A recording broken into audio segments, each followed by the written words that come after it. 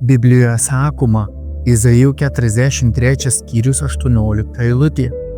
Nebegalvokite apie buvusius dalykus, nekreipkite dėmesio į praeitį. Mes negalime grįžti atgal į praeitį, bet galime pradėti nuo ten, kur esame dabar ir pakeisti savo istorijos pabaigą. Tai galingas priminimas, Dievas kviečia mūsų nešvaistyti daugiau laiko ir neįstrigti praeityje. Net jei nežinai, kuriuo keliu eiti, tiesiog pradėk.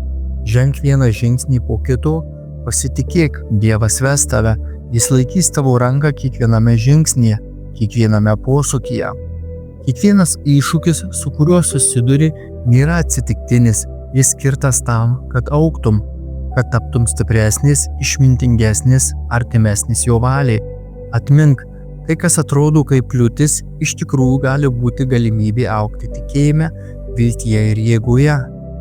Dievo planas tau daug didesnis nei gali įsivaizduoti, jo laikas tobulas. Visada pasitikėk jo vedimu, net jei kelionė atrodo neaiški ar sunki. Jis veikia net tada, kai nematai, kuria ateitį kupina vilties ir palaiminimų.